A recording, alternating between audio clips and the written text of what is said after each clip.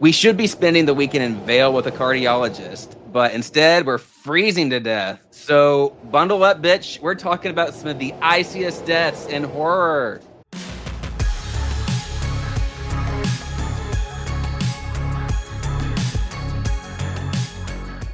Brr.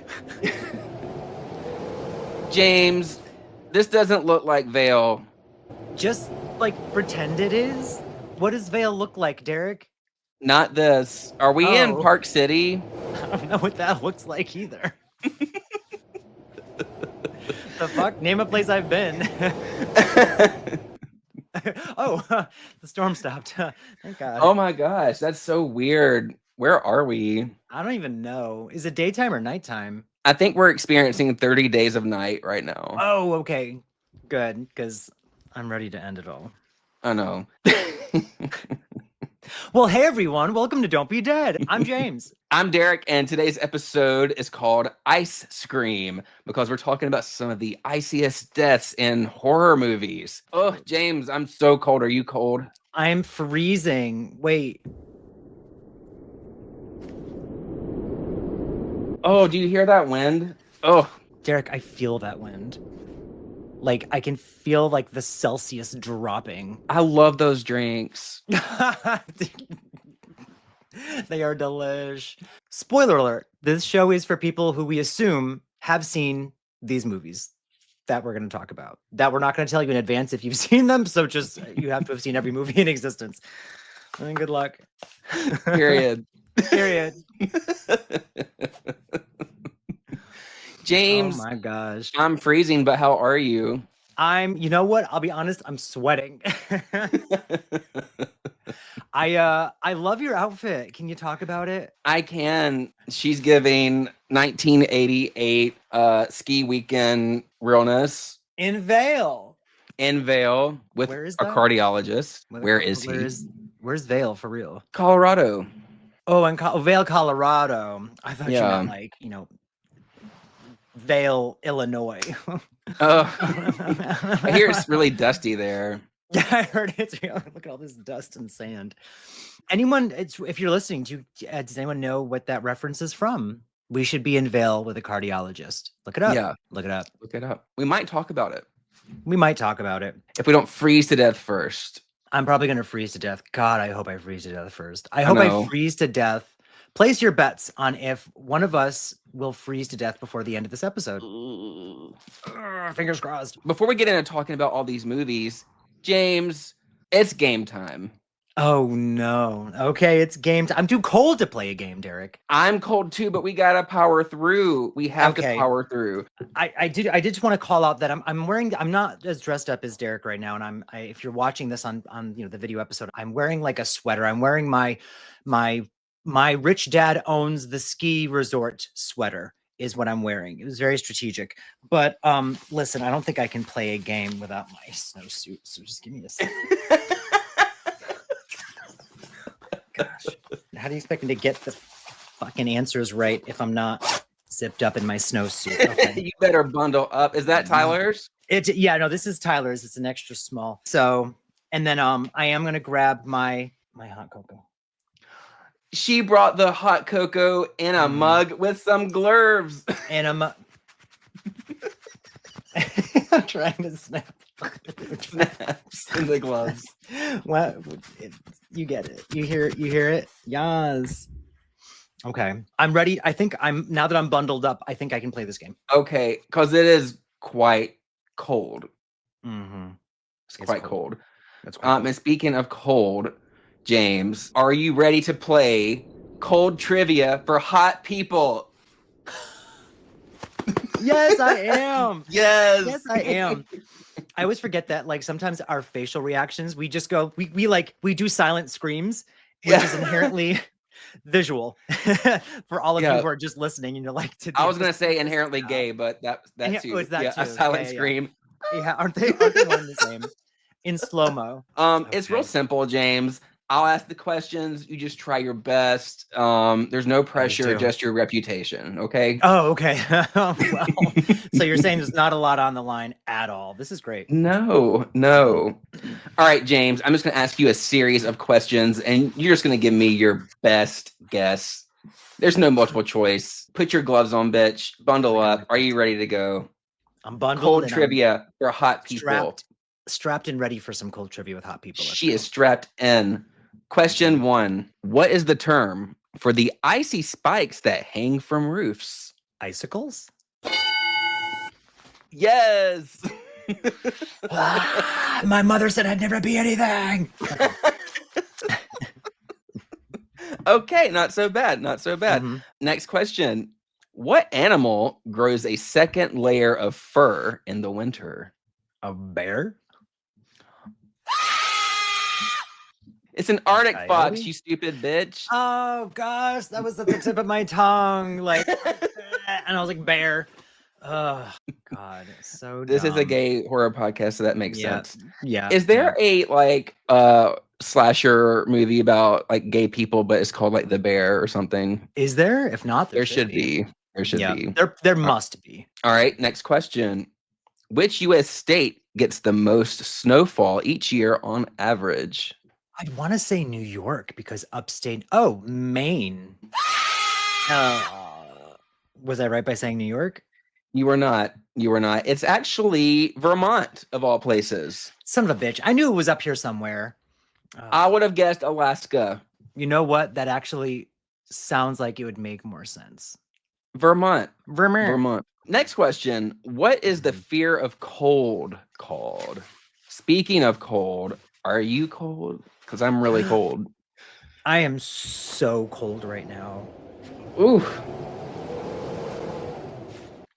I believe the term you're looking for is homophobia. Damn. Okay, but for real. It is a phobia. It is a phobia. There's phobia is in it. Arctophobia. It's arctophobia. Arctophobia. Arctophobia. It's actually cryophobia. Oh, being afraid of being cryogenically frozen. No, yeah. Right. It's giving Jason X. That makes sense. Yeah. Here's a cute one. What is it called when warm air near the ground causes ice crystals to float like glitter? What? Can you use it in a sentence? I think there's so many verbs in that sentence and my brain turned off. Can you ask it again? Here, James, I'll use it in a sentence. Like you're asking a 5-year-old. Okay. James, what is it called when warm air near the ground causes ice crystals to float like glitter? I've never experienced that in my life. Diamond dust. It's called diamond dust. That's what they call, that's drugs, Derek. That's not the same. Diamond dust. Diamond dust is nose candy. Like you got your terms mixed up. Okay, we got a couple more. How tall was the tallest snowman ever recorded? 37 feet tall. Very close, James. It was 122 feet in Maine in 2008. Can you believe that? What? I'm not the totally helpless daddy's girl these bitches make me out to be.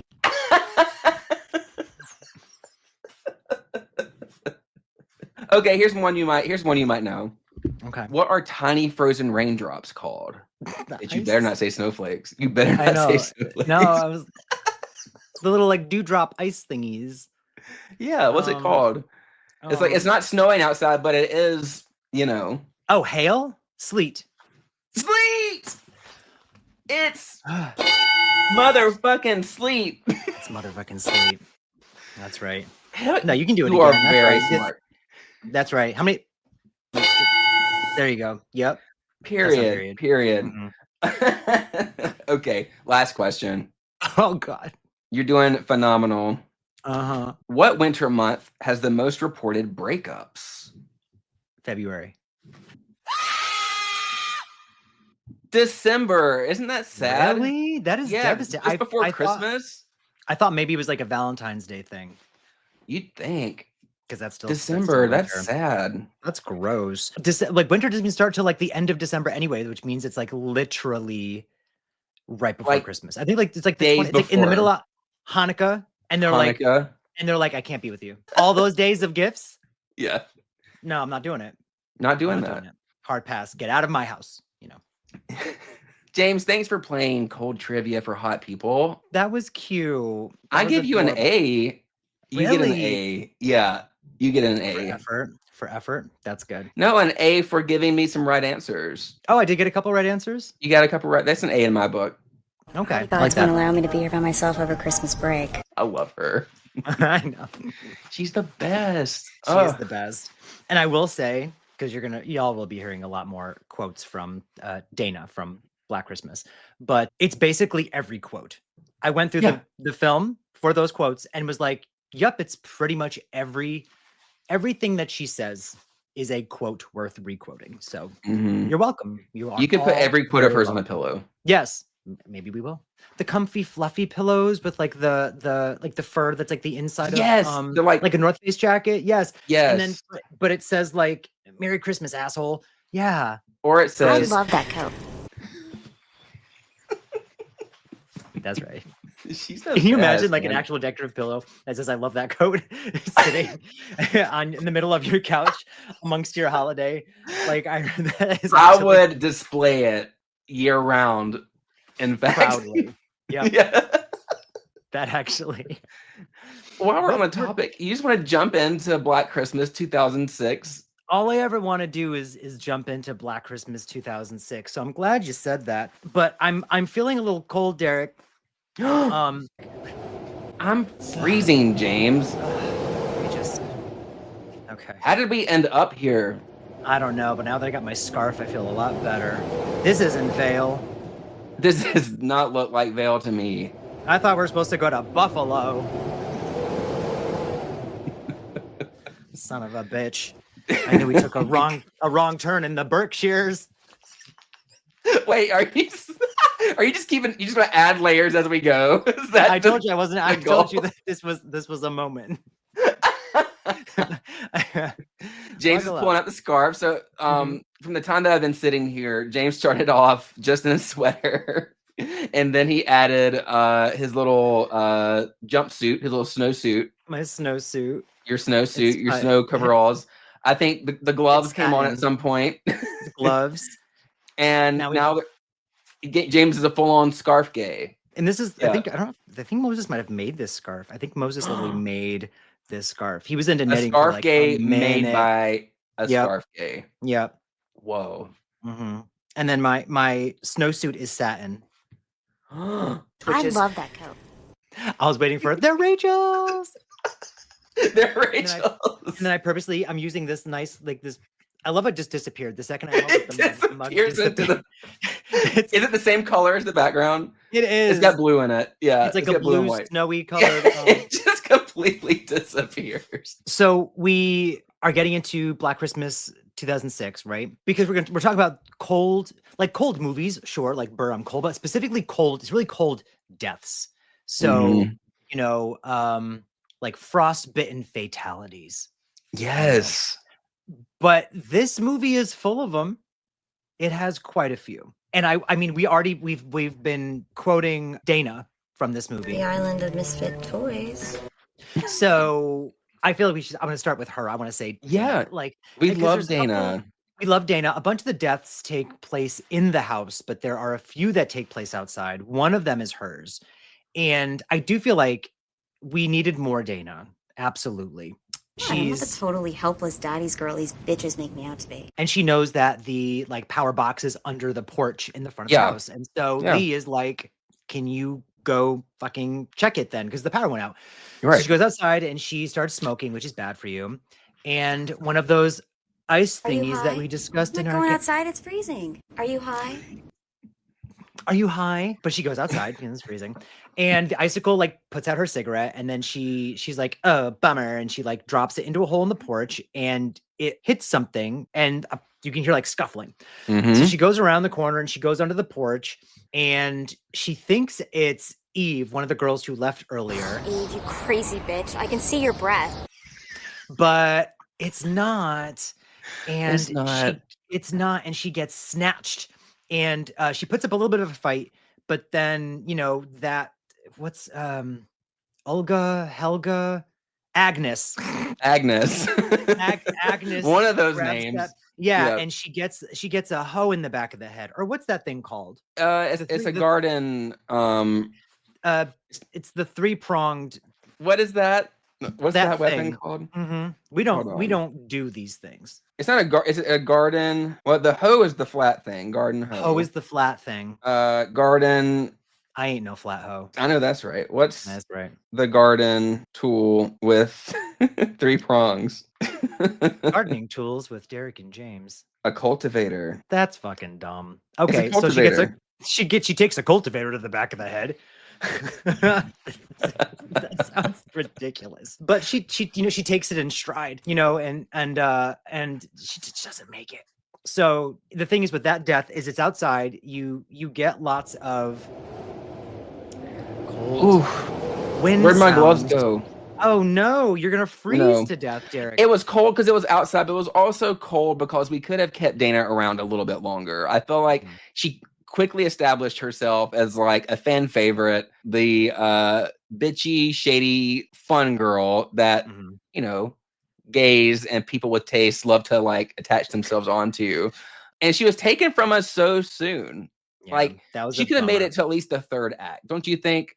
Absolutely. Like if you're gonna waste a character that early, I was fine with the chick from Final Destination 3, who was like the new Barb, kind of like she's drunk and she's kind of like, whatever. There's 2 girls from Final Destination 3. Oh, I'm so sorry. Well, okay. This sounds terrible, but the girl from the tanning bed in Final Destination 3, I call Final Destination 3. Mary Elizabeth Winstead is an icon, and I call her Mary Elizabeth Winstead. But the Tanning Beth, I'm done, folks. I think I've gotten frostbite. And the actress's name that you're trying to think of is Yan K. Crystal Lowe. Yes, her. So she was also in a Wrong Turn movie, I think. Oh, really? I haven't seen all those yet. That'll be a fun little excursion journey going through those movies. So she is fine. She's fine, and she's playing like the drunk and whatever. But I'm like, you could have offed her earlier. They give us like a couple psych outs with her, and we could have kept Dana, and it was unfortunate.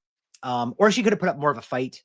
Like she puts up a fight, but it just wasn't enough. But the point of it is she's tiny. She was like a tiny girl, and Agnes was played by a 6 man. Yeah, not very of the times. Black Christmas 2006. But she should have been around longer. But the scene did feel cold. It was one of the few scenes where we're surrounded by fake snow and it's fake wind sounds and whatever. But it did feel cold.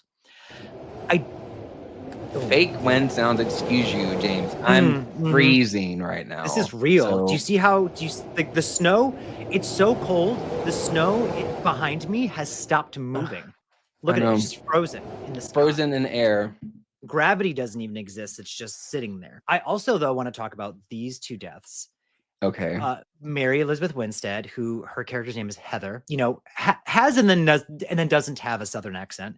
Her race car daddy. Well, at least my family wants me to come home. But me to come home. But then later she's speaking like normal Mary Elizabeth Winstead. It's fine. I love her.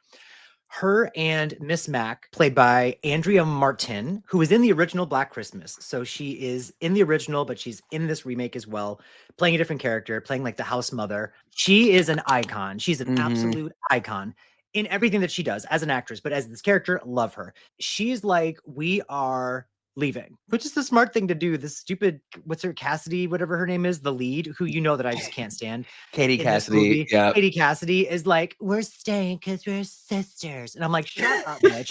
You are so stupid. I could go into I could spend a whole hour talking about how awful she is in this movie. But anyway, my scarf.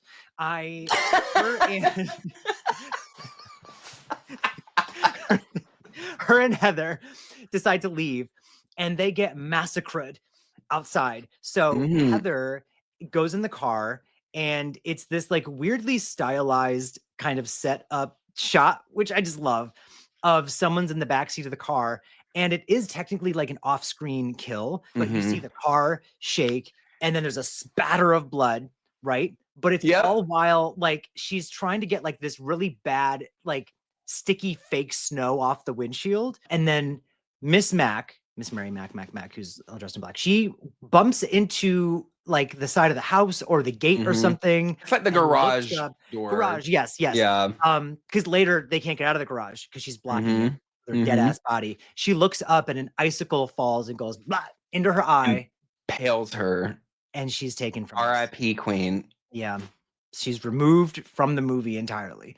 So those 3 deaths were probably my favorite. And they're all the ones that happen outside. I'd like to also shout out Michelle Trachtenberg's character. Loved her. Rest in peace to her. She got an ice skate to the back of the head, and it chopped basically the whole entire back of her head off. Yeah. She gave a fight too, you know. She gave a fight. She gave a fight.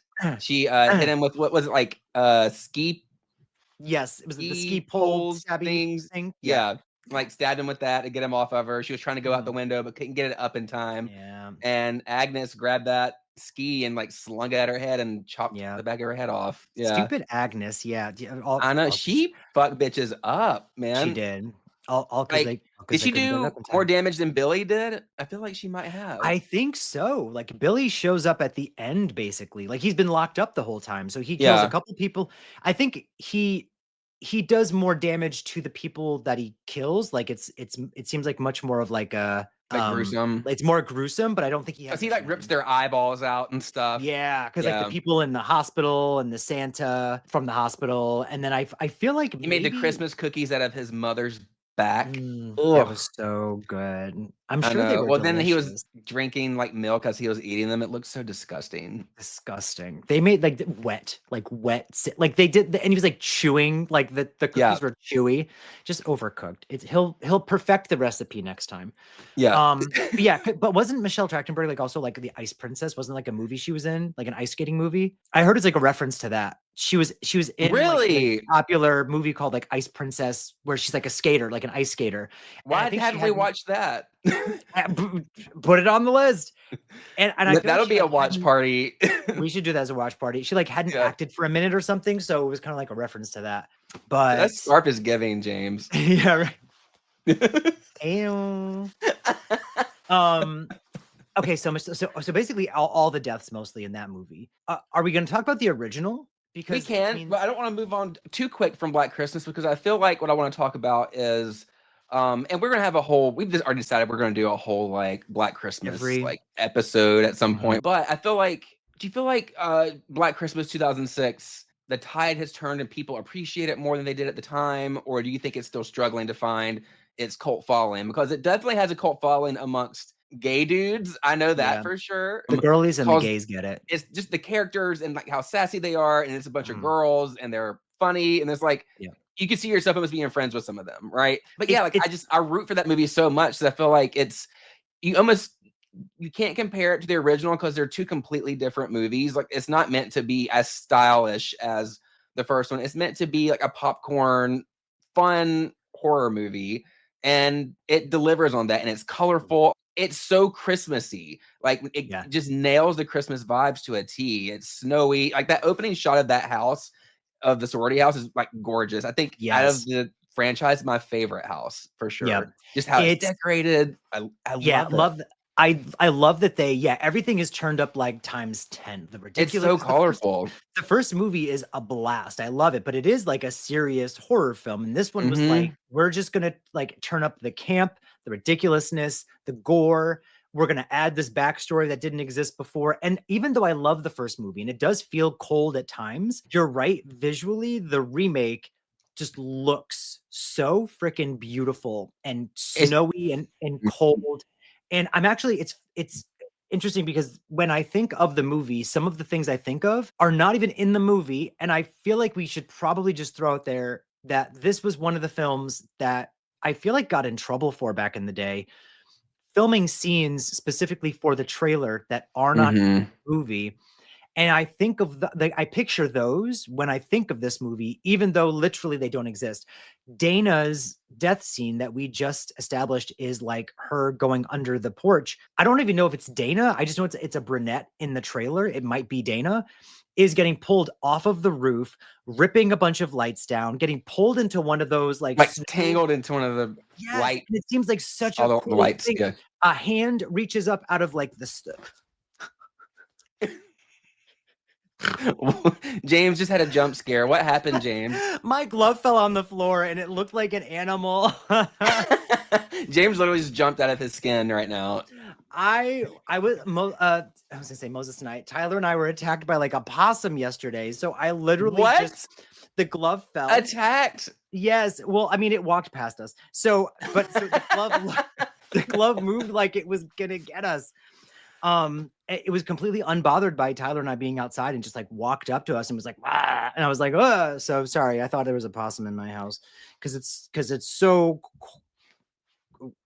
Because it's freezing, James. Why are we here? Like, because we both come from well-to-do families. Like, why are we here like this? You know, my daddy usually has someone hired to walk around with a portable heater. What is this? I know. Yeah. So I forgot what I was saying, and it probably wasn't important. Oh, the trailer thing. Yes. So that could have been a cool death. Interesting enough, that plow device thing is used in another movie we're going to discuss. I don't know if we want to talk about it now or not, but to not great effect in my opinion. And that's Iced. I mean, you're talking about the snowplow? The snowplow, the 1989 winter horror classic. Ski horror film. Masterpiece. That I think you were supposed to be in this exact costume, and they pulled a Danielle Harris and they wouldn't pay you. And you know what? Don't sell yourself short, Derek. I'm not freezing my ass off for $3,000. Nope, not gonna do it. Merry Christmas, asshole. So that movie is great. I think the movie is amazing. It's great because it's not great. It's not great. It's not great. I actually I wrote a poem about it. Can I read it to you? Okay. Bitch, yes, you can read a poem about ice. Okay. Are you kidding me? You wrote a poem about ice? I did. Okay, here we go. Here we go. I'm gagged. All right. Wait. Okay. I wasn't ready for this. Hold on. Play some wind music, please. Burr. It is cold in here. There must be some killers in the atmosphere. I said, O-E-O-E-O. Iced, iced, iced. Break it down. O-E-O-E-O. Iced, iced, iced. Thank you. Those girls from the Clovers are going to come here and whoop your ass. Yeah. They could take me so fast. Oh. You've been touched by an angel girl. That was amazing. An angel girl. It was just screaming to me. I was like, it's meta. Like, it's like, I just feel colder having read it, having written it, on my own and not stealing it from the Clovers. Mm-hmm.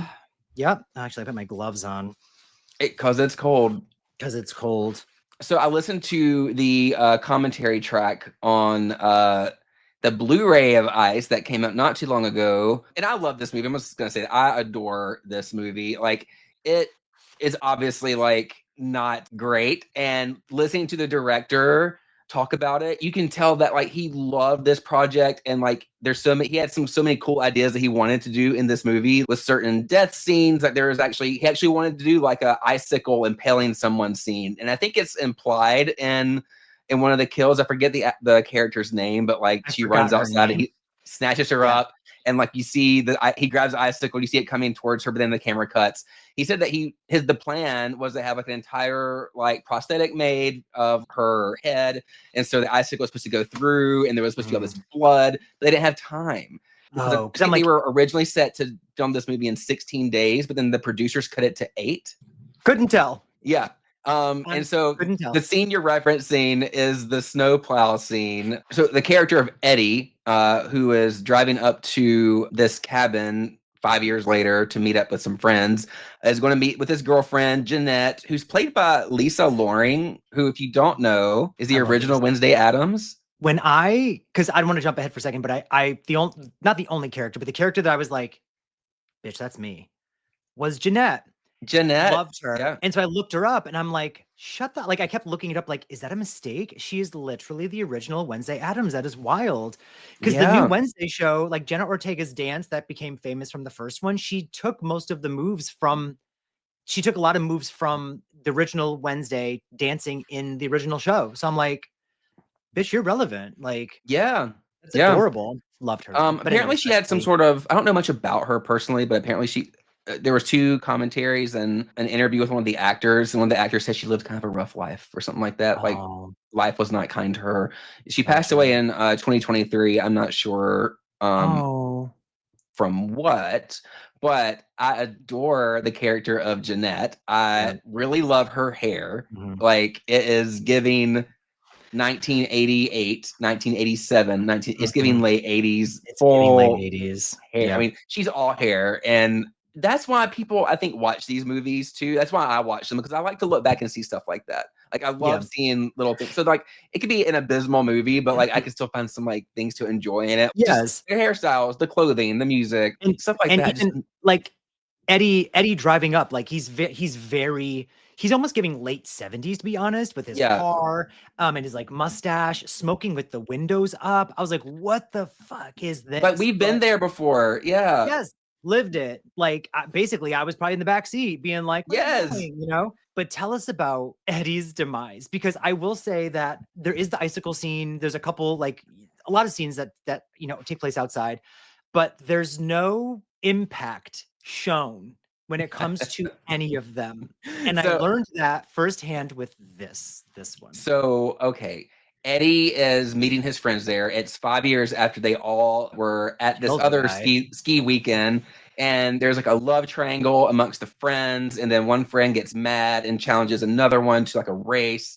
And whoever wins is going to get the girl, kind of a thing, like a race down the slopes. Yeah, because women are objects in 1988. And prizes to be won, right? Yes. They're trophies. Right. And there's racing down the slopes, and they're recycling footage when they're racing down the slopes. And I loved every second of that.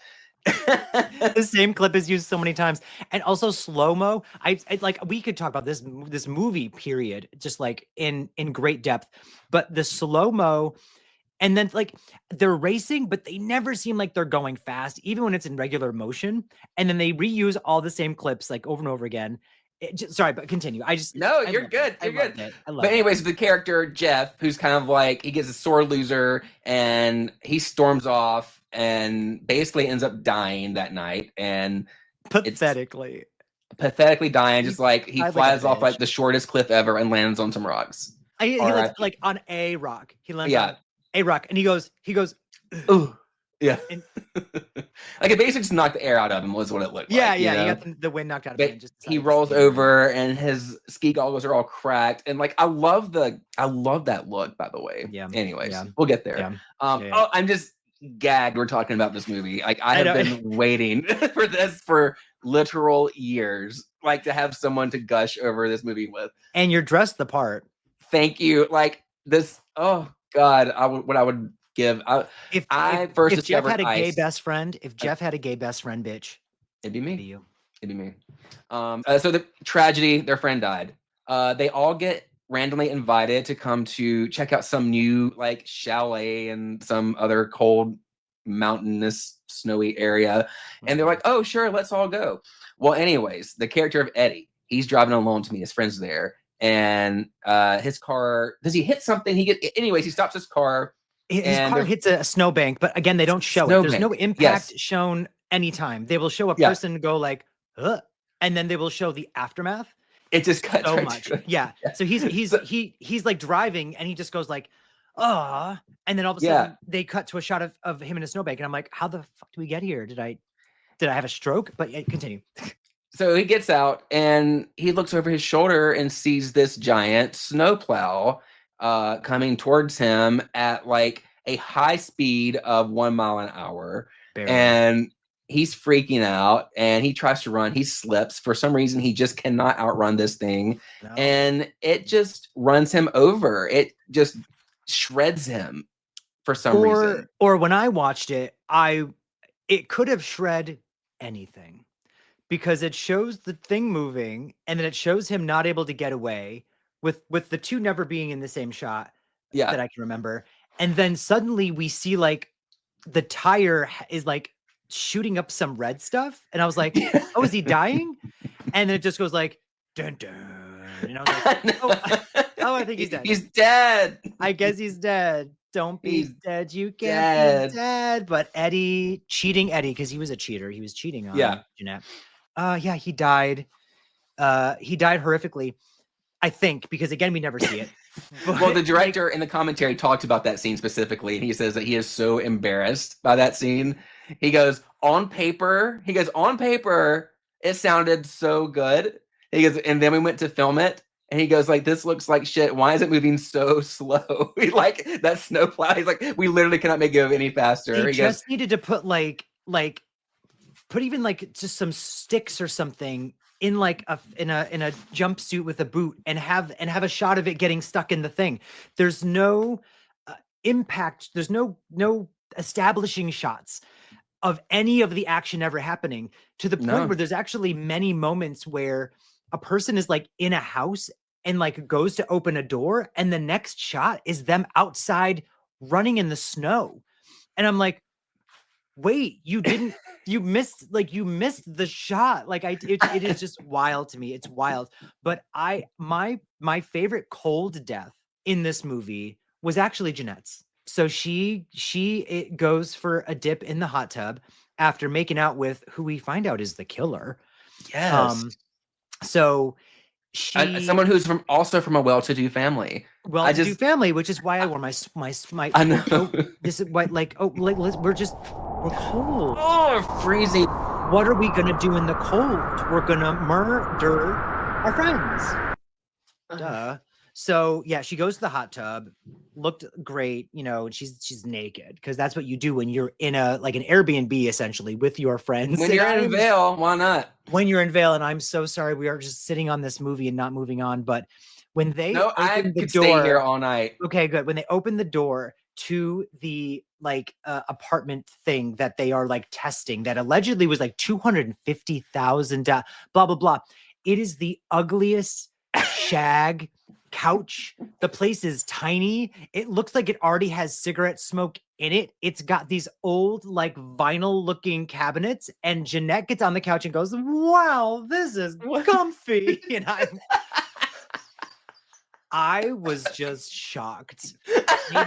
Maybe being such a rich, spoiled person whose family owns resorts everywhere, I was just like, oh no, my chins are being pushed out by the scarf. But I was unwell at how comfortable she was in that it looked like the couch was made of the material of this scarf. Like it looked itchy. Yeah. Anyway. Yeah. Like it's gonna give you eczema for sure. Mm-hmm. Yeah. No, absolutely. Mm-hmm. So she had atopic dermatitis all over. I think I could see that when she was in the hot tub. So girl, I see your rash. Yeah. So she dies to death in the hot tub. She gets electrocuted in that hot tub. Gets electrocuted, and it's like a silly whatever, but it's fine. It at least has like a beginning, middle, and end to the death. Like they at least show the thing going into the water, so you know what's happening. But when they find her body, she's like bluish, and I love that she's like floating above the surface with her boobs out, but she's literally just holding herself up, holding on so she can sit up, just holding on so that her boobs can be out, and she looks like she's frozen, but she literally is holding herself there. Okay. It was great.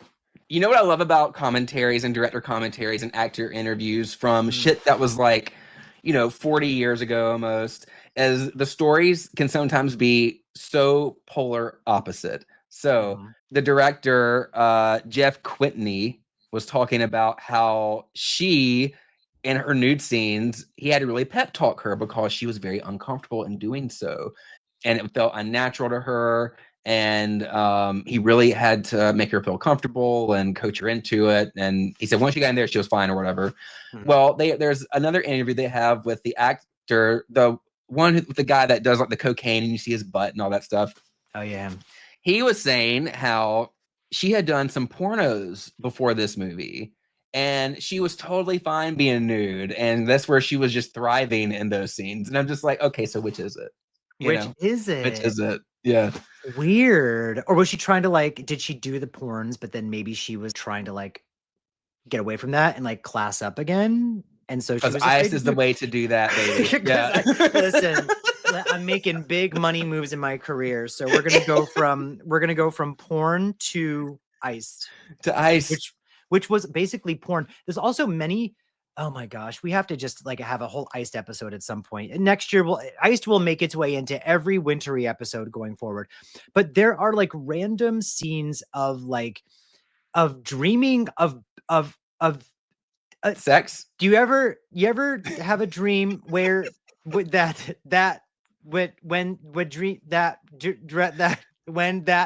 basically that they're having sex in like the bathtub, and I'm like, who is that?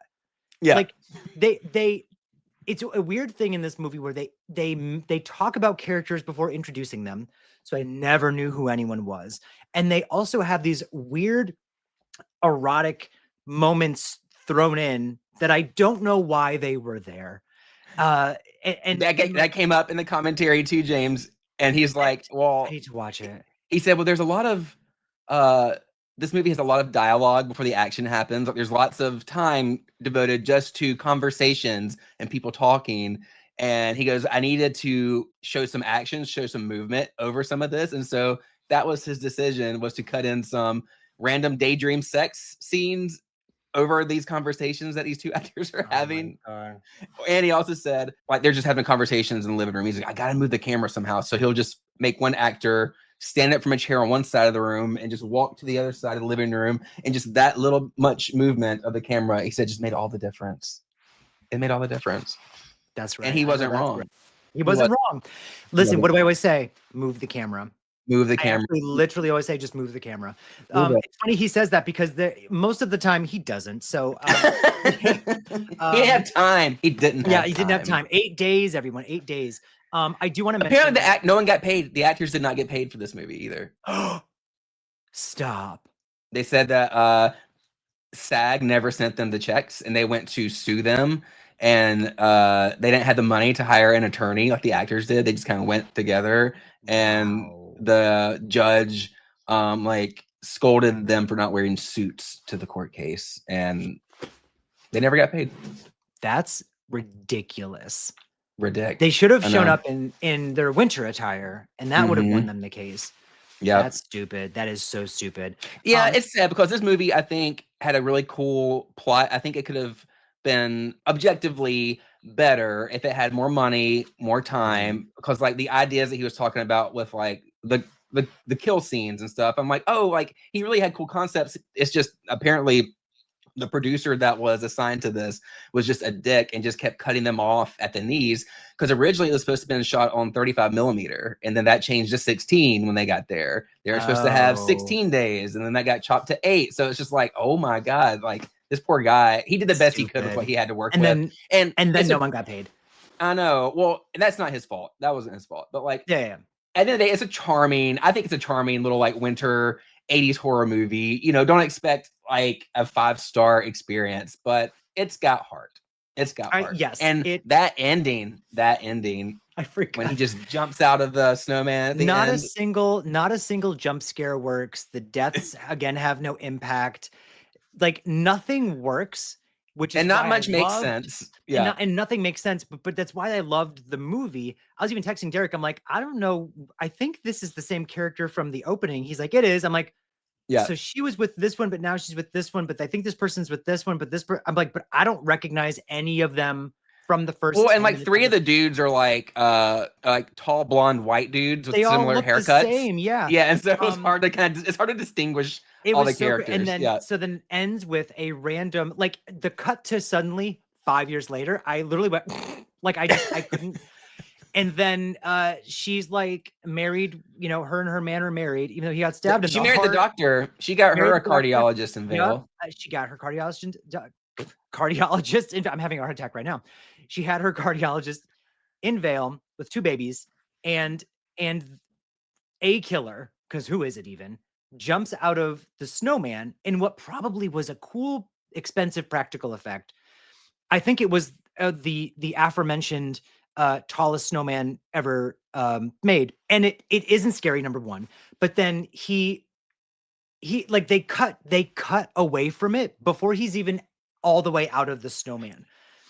I'm like, if you're gonna do that, at least commit. I don't. It was just the whole thing. Well, they freeze framed it when he jumped out. It was a freeze. He wasn't even all the way out yet. I was like, at least it was all blurry and stuff. Yeah, it blurry. Well, then the snowman's eyes started bleeding. Like I did like Halloween that. That was cool. Yeah, that was the whole budget. That was the whole budget. Yeah, that's where the practical effect budget went to. I'm a sucker for a filmed on like camcorder movie, so I loved it. I just loved it regardless. Sorry, we spent like 20 minutes on ice, but it was worth it, and I'm not sorry. Curtains.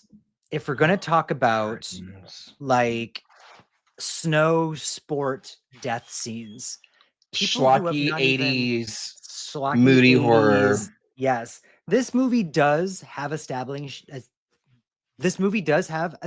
shots. This movie does actually have a beginning, middle, and end. This movie has establishing. This movie does have some twisty twists. Even though it's not the most satisfying at the end, it's not the ending I wanted. There is one definitive scene that, even if you haven't seen the movie, you've seen pictures of the scene, or you know of the scene, or you've heard of the scene. And in Curtains, which is from 1983, directed by Richard Kupka, maybe. Sure. Why not? It's Christy, I want to say, is the character's name, and she is up and coming actor trying to get a role in a movie. And so she goes on a winter trip with all these other girls to this like director producer's house in the middle of nowhere, because and they're all trying to get the same role. Yeah, totally normal, not sexist or no misogyny involved. So because it's weird, because she's asked multiple times, did you bring your skates? Did you bring your skates? Did you bring your skates? And she's like, I love to skate. And so of course there's a moment where she's skating, and she goes ice skating by herself in the winter, because of course. And in the middle of her skating, like the radio is playing, and like the song on the radio stops abruptly. And this is all outside in the daytime. So she's out ice skating in the daytime, and it looks cold. Like it's a real, like it's not a set. This looks legit. And it's funny because the music stops and she immediately looks over and there's no one in sight. So who stopped the radio? I don't know. She goes over, and then there is like a doll buried in the snow that I don't think is ever explained in the course of this movie. The doll, yeah. The doll shows up a couple times. The doll there's a recurring theme of like a creepy doll. Yeah. Yeah. But she there's no explanation to that doll at all. So all of a sudden, it's like a slow-mo moment. We see like some ice skates just like off in the distance, and you know they're not hers, and you can hear like breathing under a mask, and she's looking at like the doll, and she's looking at the radio, and she's looking at the doll again, and she's just looking around, back to the skates, back to her, back to the skates, and finally the skates start moving, and it's a slow-mo of a human being who is very clearly a woman with a weird old lady, like a hag mask on, and then they pull like a scythe out from behind them, and they're slow-mo skating toward Christy, who proceeds to also in slow-mo go for like 9 years. But when she tries to escape, decides to stay on the ice. So it's just like this big prolonged whatever of a chase scene. And she grabs the doll. She grabs the doll. Oh, she whips her with the doll. She hits her with the doll. Yeah, she takes the doll with her, uses it as a weapon for a second.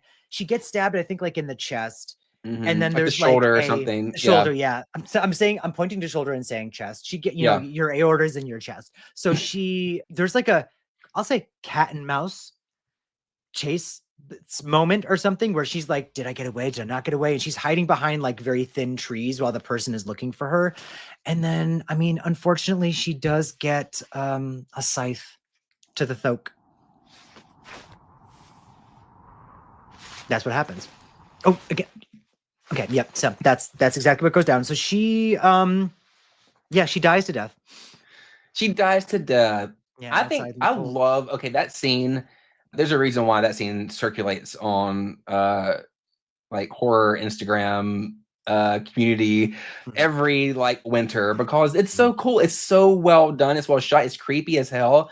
And I usually don't think like stuff is creepy in like the daytime, like daytime horror stuff is like you gotta be like really good. But like this works. Like you can see like, in full detail like the mask, the hag mask, and just the slow-mo coming towards them. I think it just works for me. I just think works.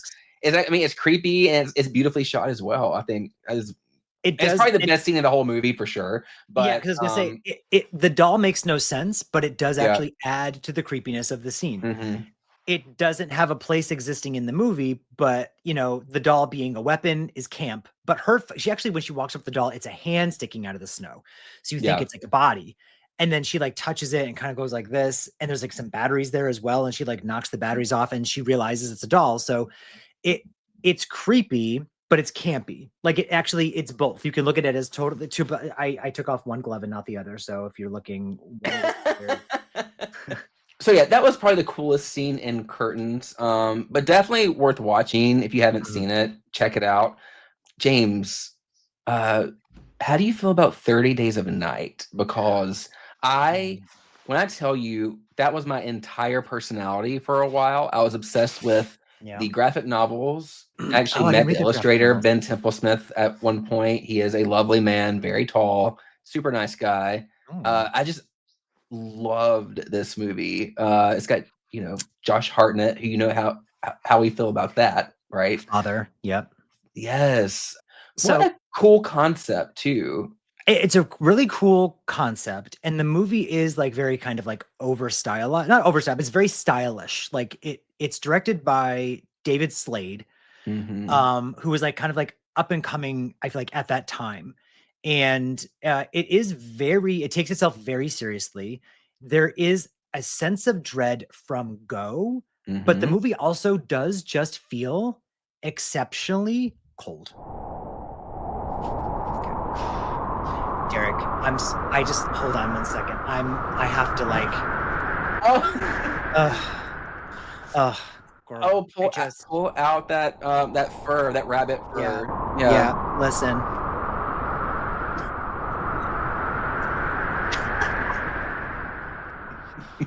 I'm ready for my 30 days of night now. I know. I'm ready for my 30 days of night. And the runway. And the Look at this little snow bunny. If you're watching, I'm dressed as Krampus. Okay. Is that what that is? It is basically. Gay Krampus. There's this to stay warm. Yeah. Borrowing. But 30 Days of Night, if you've never seen it, it's so good. It's about this little town in Alaska where it stays dark for 30 days and vampires invade. Like, so smart. What? That's so cool. Yeah. You can't escape. There's no escape. And they just tear through this town. There's the two main characters are Eben and Stella, who are played by Melissa George and Josh Hartnett. Love Melissa George, by the way. Me too. They both played these roles very well. Yeah. The vampires are creepy, and it's cold as like it stays cold. They even freeze at the end where like there's even a part at the end where Melissa George is like, even we're freezing to death.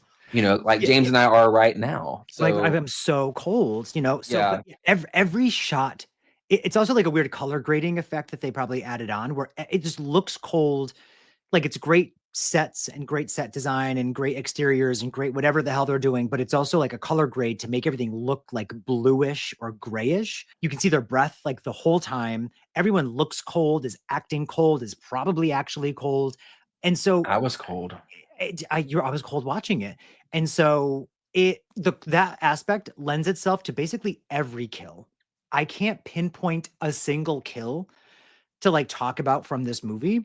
Because every kill, and there are many, it's like the entire town. It's the entire town. There's a scene that's literally just like a drone. Well, they didn't have drones back then, but it's like an aerial shot of just the entire town being massacred in the snow. So it's like you're looking at the white snow and then like the red blood spattering out. Every death is so gruesome and chilly. So there's not a single one that I can say is like colder than the previous. Exactly. They're all cold. Yeah. And that's that. And that's that. And the movie changes like almost like a kind of like pacing and genre as it goes. Like it's like it's fast paced, then it slows down, then it's fast again, then it slows down. Like then it's like a survival. Like we're like not making sounds. We're not like the movie's good. The movie's good. It's man versus nature. It's man versus himself. It's man versus man. It's a lot. Man. It's got it all. And there's vampires. Yep. So watch it for sure. Just bundle up first. Yeah, and what an ending. Like it actually makes me tear up every time, you know. It is really it's an earned ending, and you would not expect back then. You would not have expected that from like this kind of movie. This type of a movie, yeah, you'd expect, oh, it's gonna end like they're gonna have like some big gag at the end, or you know, but no, they actually like kind of like a tender moment, you know. They commit. You love a movie where they commit at the end, that's what they did. That's what they did. Give it a try. Speaking of cold movies where they commit at the end, I want to talk about The Thing. The Thing. The Thing. You want to talk about The Thing? Okay. Yeah. And its cousin, Before You Die, You See the Thing. I had to bury the hatchet with my sister, right in her head. Meta. I love The Thing. This whole movie is just one iced latte, and I, will sip it all up. Yeah, we drink it up. We drink the drink. We're talking about the 1982 remake, technically, from John Carpenter, The Thing. The Thing from Another World, that's what the original is called, right? I have not seen. And there is a prequel that I do love with Mary Elizabeth Winstead from 2011 that I do also enjoy very much, but we can't talk about like cold murder, cold-blooded murder without talking about The Thing, because it's a bunch of men, which just, Ew. Right, exactly. So I'm hooked, and they're all isolated, and they're all stuck in the middle of nowhere in the cold. And then they, someone starts whipping out their thing. Yeah. And murder and death follows.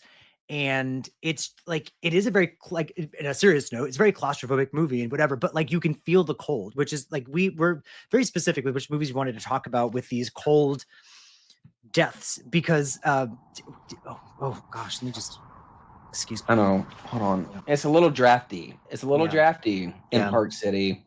Yeah. God, I feel better. Me too. Okay, there we go. But everything that they do, like I could feel like I was getting frostbite fucking watching them. And when you're watching the movie, if you haven't seen it, I'm sorry, we're spoiling everything, but not many deaths are outside or even have to do with the cold. But there is still like this sense of dread that they're going to freeze the whole time. And there is one character, Bennings, who they do chase outside. And it's the moment that they realize like, oh, something is wrong. And he's like roaring in this like loud, screechy voice. His hand is like mutated into like a don't touch me with that hand. Yeah, please, like he wasn't like no. It's giving like American Horror Story Circus when he was like, yeah, hey guys, don't touch me with that. Yeah, but like the XL version, and they burn him to death. And they like bury the remains in the snow with a snow plow. But what's your favorite like death in that movie, just in general, or just like moment? My favorite. Okay. There's so many because the practical effects are giving.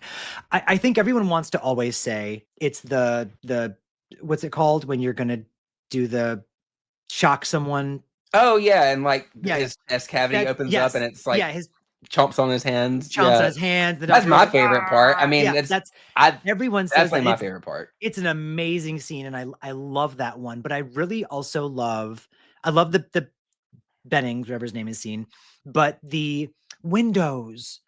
Remember Windows? He's the one, he's like the younger guy, and he's the one who's just like, what the fuck the whole time. I'm like, that's my chaotic energy. He ends up like they have to burn him to death. His face, is he the one where he gets snatched and eaten by the guy whose head rips open in half.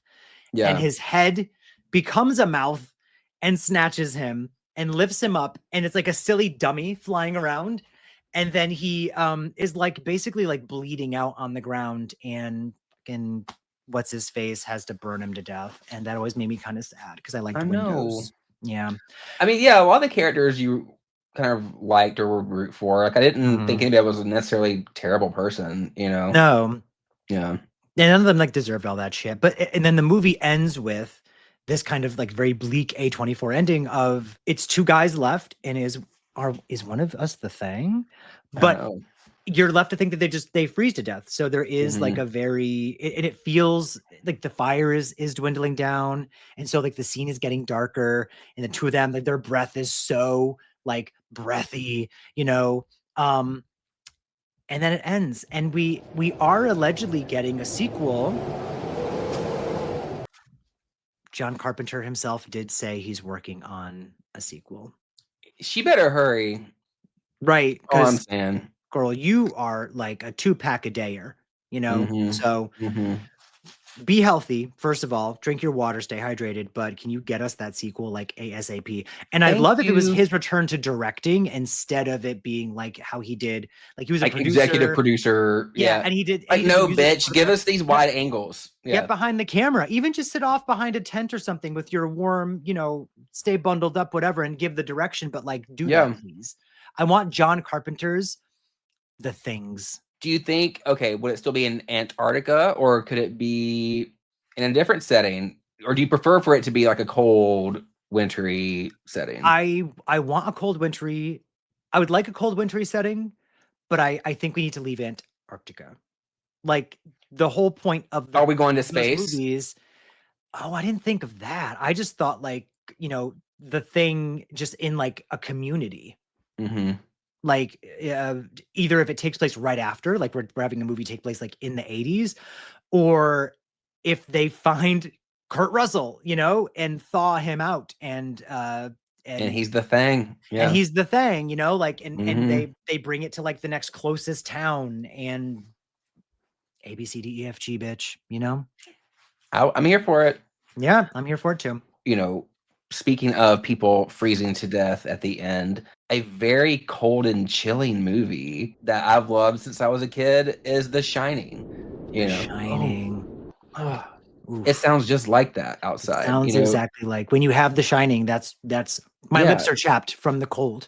That's the sound of windy torrents running outside in the snow. Yeah, that's exactly it. With that piercing music, the music's so piercing. So that movie is a whole mood. I know. I adore it. I know it's problematic. I know Kubrick was kind of a dick, but my God, what a great product he put out with this movie. Gorgeous. Yeah. Have you read the book? I've never read The Shining. Can you believe it?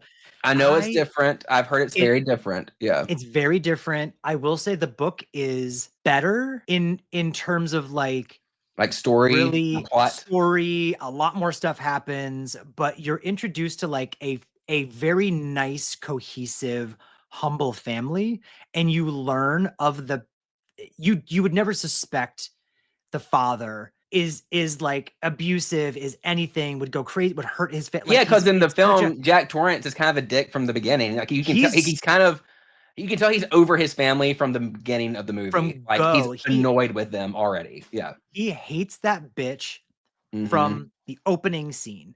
He has no patience for his son. Yeah. No. It's like you're uncomfortable from go, which works for Stanley Kubrick's movie. Like his movie is not the same vibe as the book. And, you know, for budgetary reasons, a lot of stuff was obviously changed. If we ever got a retelling of The Shining, I would be fine with that because I think they would have the budget and the means to make what it was supposed to be. But the movie is just, it's cold, but also in the sense that it's very isolating. You feel very alone. There's like just crazy long shots of what seems like nothing, but you're constantly uncomfortable. But all of that to lead to Jack Torrance, who's the lead, played by Jack Nicholson, with his eyes rolled in the back of his head after everything. He couldn't popsicle. He could literally. Oh, that's good because like he's a pops, right? Yeah, because he's a dad and a dad is a pops. Yeah. Okay. Okay. Oh, that joke was so good that I'm cold.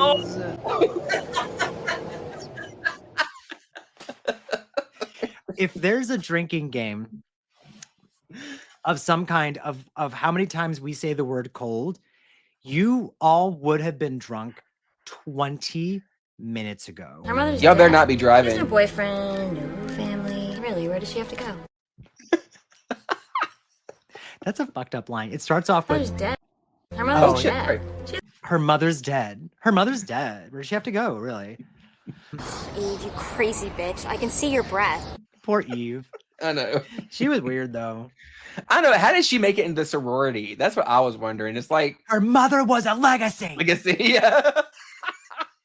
And that's what she followed. Her mother's dead. Yeah. Her mother was a legacy. Andrea Martin giving in that role. Underrated. Another possum. Okay. Another possum. Another possum. And another possum. God, Danny Torrance was so smart to like trick his dad in that maze and Yes. like went back over his footsteps to make his dad like lose his trail, you know? Yep. Like God, just Yeah. brilliant. Love that. Clever little bitch. And Wendy with her chain smoking habits. Chain like, smoking, but Wendy had some fashion. Not all of it worked, my but gosh, like when yes. it did, I was loving it, especially that like Navajo, like yellow What I'm jacket. picturing. Yes. Oh, But when it didn't That's work, it perfect. still worked. it still worked. Like Yeah. I take it back. I mean, she's a fashion icon. Everything worked for Absolutely. me. Yeah. Tap that ash, girl. Tap that ash. Or not. Or don't. You know, Yeah. when you're getting therapy at your house with your kid, don't. Don't tap do that. What could be colder than the vastness of space? We are talking about one of the coldest, because it's also just really mean spirited of a kill. It is, I don't know her name, the amazing scientist who gets her face shoved into what is that? Liquid hydrogen? Is that what that's called? It's like liquid nitrogen. Nitrogen. Hydrogen. Liquid nitrogen. hydrogen. Everybody. Her face gets frozen, taken out, and smashed on the counter in Jason X from 2001, directed by James Isaac, rest in power, King. The movie is so fantastic. I love Jason X. It is ridiculous, but the character's name was practical effects- Adrian. Her name Adrian. was Adrian, played by Christy Angus. Good for her. She killed it. She wanted to actually do science, get stuff done. She wanted to do science. Do science. She gets the two kids like sent away. She's like, I "Just love get out of doing here." science. The boyfriend's name, it's funny because I think he's like the stoner, or they kind of make it seem, I don't know. His name was Stony, and he gets like the machete through his back and ripped out his front later. Yes. But he wants to get it on with the girl who ends up just driving the escape ship into like the bottom of the thing. Yeah. Kenza, yes. So they want to like get it on because a dead unfrozen Jason just gets her all like randy. Hot and bothered. Hot and bothered. I get it, girl. Yep. So Adrian, Dr. Adrian, because she probably was a doctor scientist, sends them away and is left alone with Jason, who is unthawing in the future in the cold vastness and the cold vastness of space. I'm sorry. Actually, I should actually have no sound because you would not be able to hear the cold vastness of space. You would just in our movie, you would hear it. Yeah, you would. Yeah, you would. And that's on science. And that's on science. And he wakes up in the year 2455. And it's just all the deaths in this movie are fantastic. But that one specifically, he freezes her face and then smashes it. And he seems to not even know what he's done. Like he puts her face in, pulls it out and goes, cool. And then smashes it. Drops it. He also, he does kind of, and then you see the inside of like her throat when her face smashes. I know.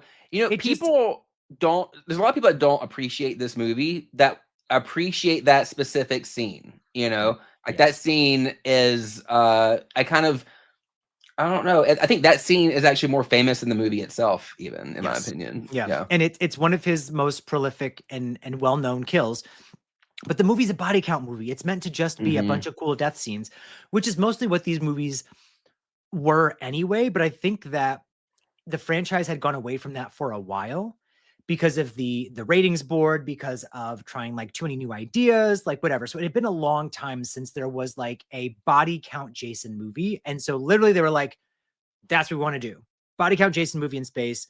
What's all the coolest deaths that we can do? And they delivered, in my opinion. I agree. That death was just so cold, but it was very mean-spirited because he does grab her boobies when he's like bringing her over there. I didn't really like that very much, like to add to like the discomfort level. And she deserved a little better, but she put up a fight. And she did. And then there's only so much you can do against Jason. You know what I mean? Like right. there's only so much fighting you can do. Yeah. And then she died. That's it. I get it. But the next one, you said we're going to pair these two together. This one's also, I mean, not technically set in winter, right? There's no snow. This is actually very much like a summer movie. Yeah, kind of like a school time movie. Yeah. School time movie, which is most of the year. But there's like sports, there's outdoorsy things, there's hot weather It's just most of the year. Fuck you, bitch. but specifically, I forgot what this device is even for. So Derek, can you tell us about this situation? No. I think, okay, so this is what I think it is. You know how like people who are like, they work out. I've seen Freaky one time. I know what you're talking about, but I do not know enough to speak intelligently about. So yeah, I should probably say it's Freaky from 2020. This is directed by Christopher Landon, and it's like a horror slasher comedy. There is a scene where a girl who's a mean girl, she's a mean girl. She's a mean girl. She's a mean girl, is tricked into getting into one of these, like, it's like a freezer that you go in and it has like health benefits. I know. Oh, like this cryotherapy chamber. It's like a cryotherapy. Yeah. Like sports people do it, I think, for like muscle aches. Jamie Lee Curtis gets in it in Scream Queens. Remember they try to freeze her to death? Yes. And they open it up and she's like this. And she's like, I feel so alive. And they're like, fuck, that thing. So it's a body swap movie. It's funny I mentioned Jamie Lee Curtis because it basically is a Freaky Friday movie. Horror movie. Slasher. Yeah. We don't even realize how meta we are, you all. You don't even know how we don't even know. And it always works itself out. So she is talking to who she thinks is a girl that she goes to school with, who is actually a murderer, Vince Vaughn, in that girl's body. And that girl is like, I think the killer's here. You should get in. And so, played by Catherine Newton, who I think does a great job in this role. She does fantastic. Fantastic. So the girl's like, okay, fine. And she like gets in the freezer thing. And then she basically locks her in the freezer. Because again, these are cold kills. And she like turns it up all the way, which I don't know if that's even possible to do. I think it's kind of like the equivalent of the tanning bed scene. Yes, where like it wouldn't actually do that, but I don't think you can crank it up that high. You know? We're gonna add a dial and we're gonna make sure it goes click, click, click, click, click, click, and she freezes to death and she falls out, and it's a similar thing where she falls out and her body just like shatters. And it's so great because the character is such a bitch. And so right when you're kind of like, I was kind of like, I'm done with you. Like, you are a bitch and you're annoying, but like the character, has run its course. She dies beautifully. So it's perfect. And it made me feel cold. Yep. Oh, they're hiding from the cold. Oh, I'm so cold. You're so cold. There are so many cold kills that we would love to talk about. If you didn't notice, we wanted to talk about Iced a lot more. But we want to save some for more episodes. So for when we actually go to Vale. When we actually go to Vale with the cardiologist. I thought you were about to say with the Kardashians. With the Kardashians. I love that coat. There's a lot more cold kills we want to talk about, but we're not going to right now. So let us know. We're saving it for the sequel. We're saving it for the sequel, Iced 2, the second story. Let us know, or Iced 2, colder. Yeah. What should the sequel episode be called? I guess let us know in the comments. But also, what Ice 2 Blood Blizzard. Ice 2 Blood Blizzard of Blood. Yeah. Blizzards of Blood. What cold kills do y'all love? We definitely missed a bunch, but let us know which ones are your favorite from the list that we gave you. Let us know what your favorite ones that we didn't talk about, because maybe we missed some for like that we want to talk about next time. Oh yeah, let us know your favorite. It's getting really cold. We have to wrap it up. We have to wrap this up. It's just too cold here, y'all. I mean, in real life, I'm sweating to death. But for the sake of this, I'm actually like, my nose fell off. Listen to Don't Be Dead episodes wherever podcasts are available. If you're listening and you're not watching, what the frick? Because we dressed up big time for you. Just for you. Big time. I'm actually wearing my sweatpants under this snow suit are the thing, my thing sweatpants. And then I'm wearing a snowsuit. And then I'm wearing a Krampus something. What is this? I don't even know. A Krampus cloak. And I had in a cloak, what's your name? Kristen cloak. A Kristen cloak. I'm wearing a Kristen cloak. A Kristen cloak. Oh shit, I lost my face. I see it. There you go. Okay. As long as you can see my chins. You're kind of fading into the background a little bit, but that's okay. Oh no. You know. We're getting blown away. Oh, no. Okay. So listen, wherever you're watching or listening to us from, leave us a review. Make sure you're subscribing. Do all the things. And I don't know, Derek, until next time. Don't be dead.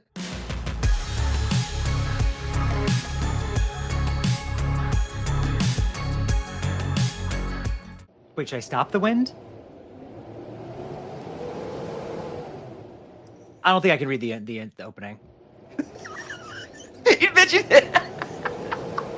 My brain is listening to the wind, and I'm cold.